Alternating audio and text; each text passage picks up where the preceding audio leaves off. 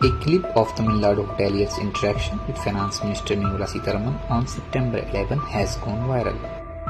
Mr. Srinivasan, the owner of Sri Annapurna Sri Gauri Shankar Hotels in Coimbatore, talked about how different GST rates for different foods caused several issues.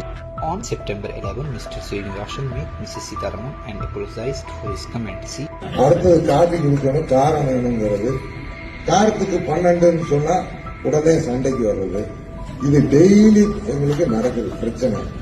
ஒரே பில்லுல ஒரு ஃபேமிலிக்கு டிஃபரெண்டா GST போட்டு கொடுக்கறது கஷ்டமா இருக்கு.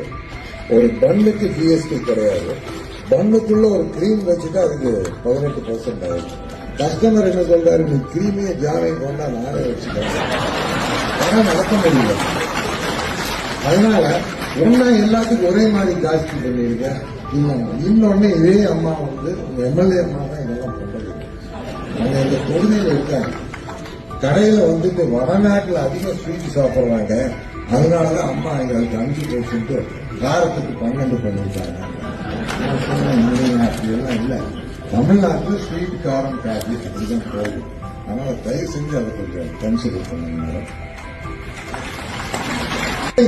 India கூட சேர்த்து நீங்க ஏற்றி விட்டாலும் ஒரே மாதிரியே பண்ணணும், தனித்தனியா வைக்காது.